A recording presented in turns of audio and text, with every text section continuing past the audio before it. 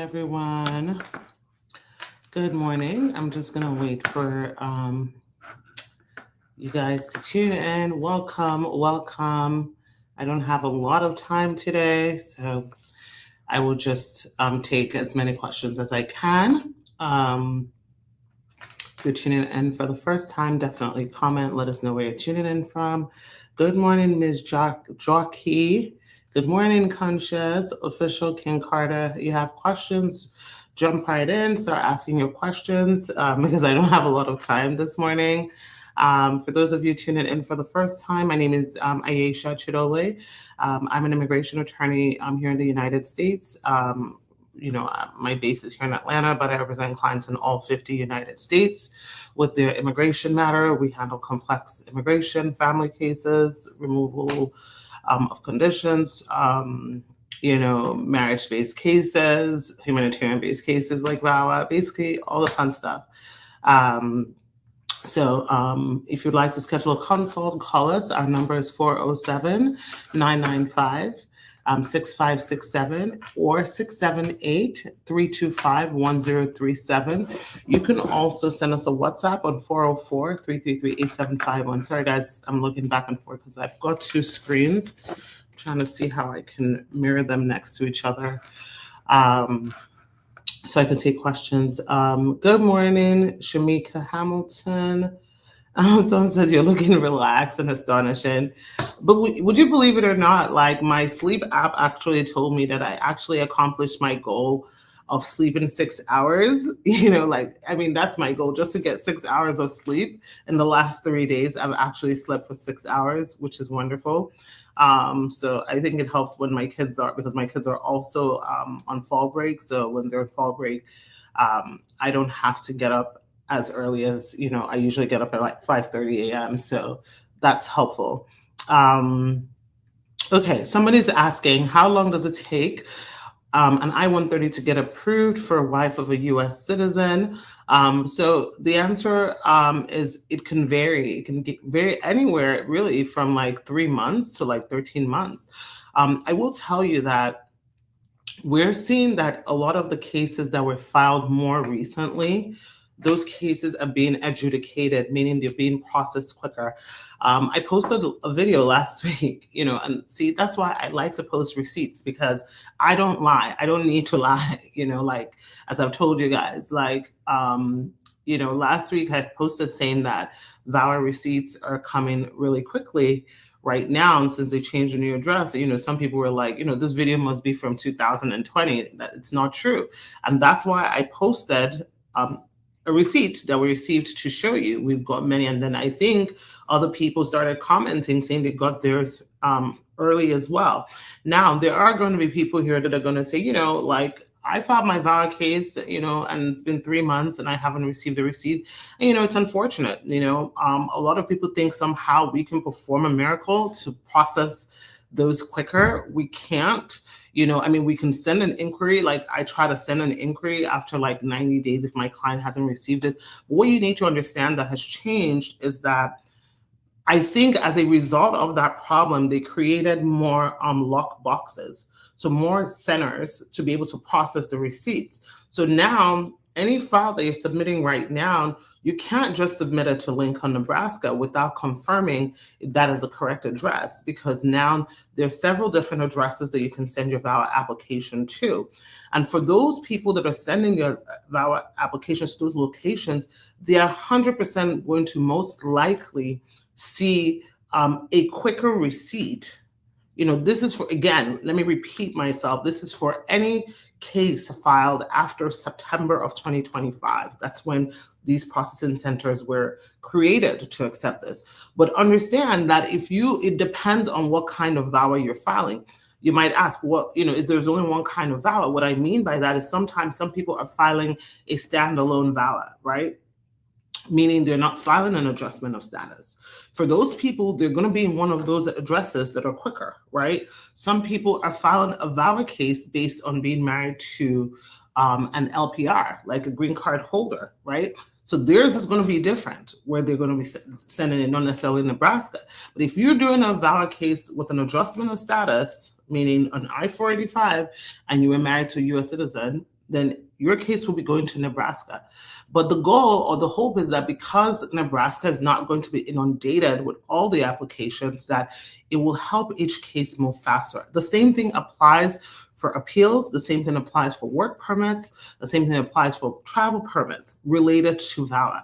All of these, they have created these new addresses to try to make processing quicker. For a lot of people, especially those that are doing work permits, sorry guys, my hair is driving me crazy, it keeps coming into my face. Like for instance, a lot of people that are doing their renewal of their EAD, you guys know notoriously that renewal EADs, the receipts are taking a really long time, right? But now you can send those receipts to the address based on where you live. When I say address, meaning like it might say, there might be like 15 states. So it'll say, if you live in any of these 15 states, send your stuff to this address. If you live in any of those 15 states, send your stuff to this address. But once you're able to get your receipt that comes with an extension, at least it extends your green card, no, your work permit, I mean, while they're processing your case. So that's what I mean by that. So yeah, and same thing applies to marriage-based cases. Ask my clients, if you don't believe me, or if you're my client, comment in there. Like cases that are filed this year, they are getting their interviews very quickly. I even had a client say to me, I'm very suspicious. I only applied 2 months ago. Why are they, I just got my work permit. Why are they scheduling me for my interview? I don't know, why they're moving quicker. It could be because, there are certain groups of people that are not applying as much because of fear of deportation, or people who, i.e., maybe have I-130s and then enter with inspection and are worried that they can place them in deportation because they crossed the border and they won't have the ability to do a 601A waiver. There are many reasons, but same reason why the visa bulletin is moving up quicker. And like now you might be eligible quicker if you're filing based on, being married to a green card holder, or being the child of a green card holder. So things filed more recently and moving quicker. The timeline really hasn't changed for anything that was filed before January of 2025. They're kind of following the normal timeline for those, but everything else is moving quicker. Like if you file a marriage-based case now, most likely you're going to be scheduled for an interview within 4 to 8 months. That's what we're seeing. I'm trying to think what other case type, same thing with N400s. It could be anywhere from 2 to 8 months. And a lot of our N400 clients, at least a lot of the ones here in Atlanta, when we schedule them for the N400, when they have their N400, which is your naturalization, we tell them, make sure you're dressed as though you can get your oath ceremony today and get sworn in. Because a lot of times if they finish their interview early in the day, they'll swear them in that day. So, that's what's happening. So believe it or not, like if you're eligible to file for something and you have a solid case, you should be filing right now. Good morning, Brittany. I came here with an IR2 visa last year. I have my 10-year permanent residency. I want to file for my fiance and son soon, but I don't know how and when to start. Well, unfortunately, you cannot file for your fiance as a green card holder. The only person that can file for your fiance is a U.S. citizen. So you have to become a U.S. citizen to file for your fiance. Otherwise, the other option is you can get married. If you marry him, then you can, or him or her, then you can apply for them as your spouse.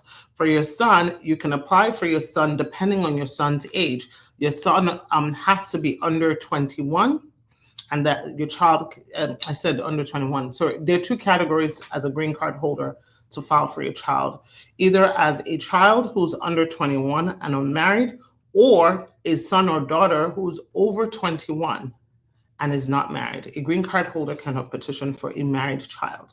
Remember, guys, I know I've talked about this a lot, but USCIS differentiates between child and son and daughter. When they say child, they're talking about anyone under 21. Son and daughter is anyone over 21, okay? All right, Sonali says, I received my prima facie and did a biometrics before September 2025. Can I go ahead to apply for adjustment of status?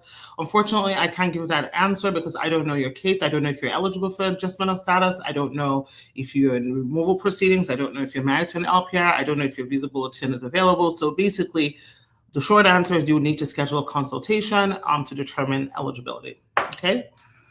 Jesus Sanchez says, how long are VAWA cases taking? Again, VAWA cases are taking. I cannot speak about any case filed after September of 2025. Reason being, it's September 25. So we don't know yet until those decisions start coming out. I suspect we're not really going to see any difference in terms of timeline. Right now, VAWA cases are taking about 3 years. One of the VAWA approvals we got yesterday was a case we filed in 2021, no RFE, no nothing, right? So there's still some cases trickling in from 2021 and 2022. So those are the decisions we're seeing more of right now. Or if we're seeing requests for evidence, we're seeing more of that.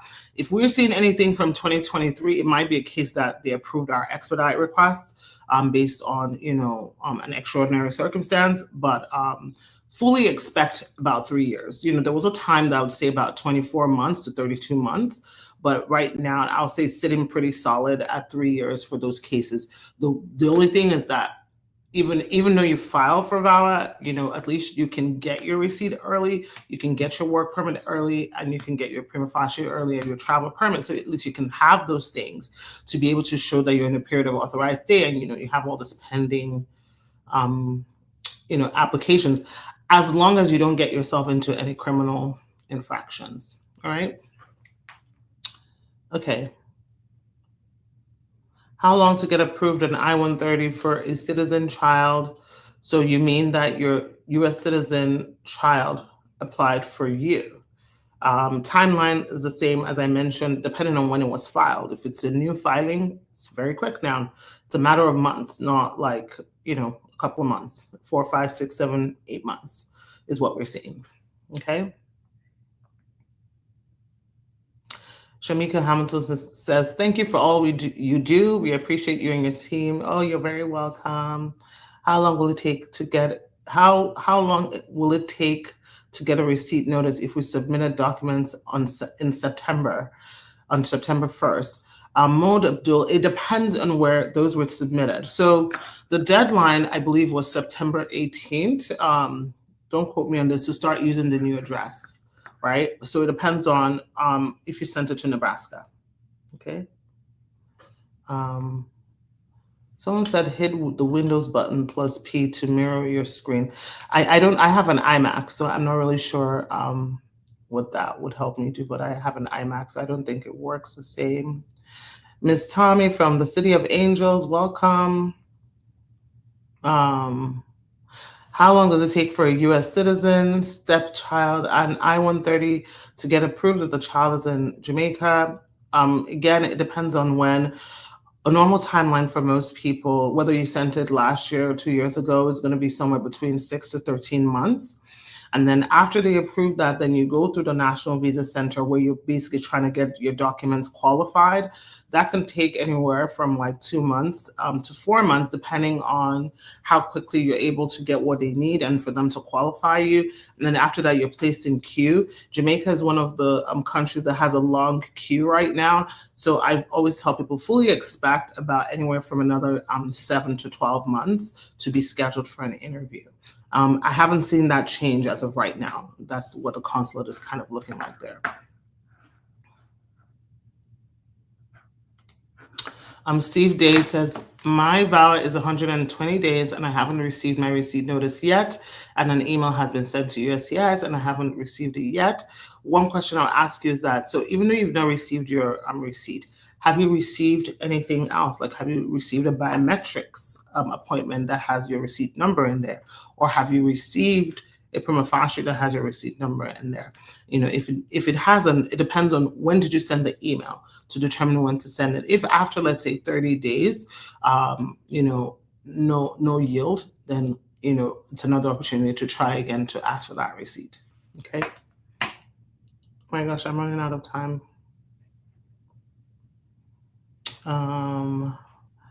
My VAWA was approved. Congrats. They requested an RFE for medical and I sent them in May. How long do I have to wait for an interview or decision? That one is a really hard timeline for me to give people because it's based on your field office. A lot of times people ask me that question and I'm like, it just depends on the field office that you're, meaning like your local office and their own caseload. So it's really hard for me to say. But generally, after 6 months, if they've not called you for an interview or they've not, either waived the interview for decision, that's a good time to just check in to say, we sent this RFE, what's the tea, what's going on, I think this will be the last question, and then I gotta jump off. Okay, there's two of the same questions, so I'm going to try to tackle them together. One person is asking, I have a pending VAWA and my advance parole just got approved. Is it safe to go back to my home country for a week? I have no criminal record. I really never want to give a definitive answer if you're not my client and I don't know your case history. There's always a risk to travel, of course. But, the things that you want to look at are, one, if you don't have any criminal record, the next thing you want to confirm is that, you want to check your alien number to make sure that you don't have any NTA that you know of or you're not aware of. You want to make sure that you're not an abeyance client, meaning that you requested for them to merge your files together.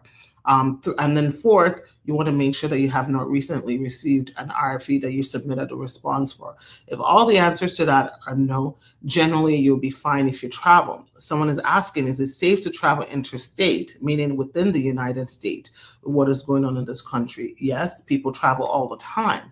You want to make sure that if you're traveling within the state, that you have a valid real ID or your unexpired passport to travel if you have a pending case. You want to have that receipt and all of that stuff.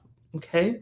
All right, guys. I hope you guys have an amazing day. I gotta jump off, but I will catch y'all later. Bye.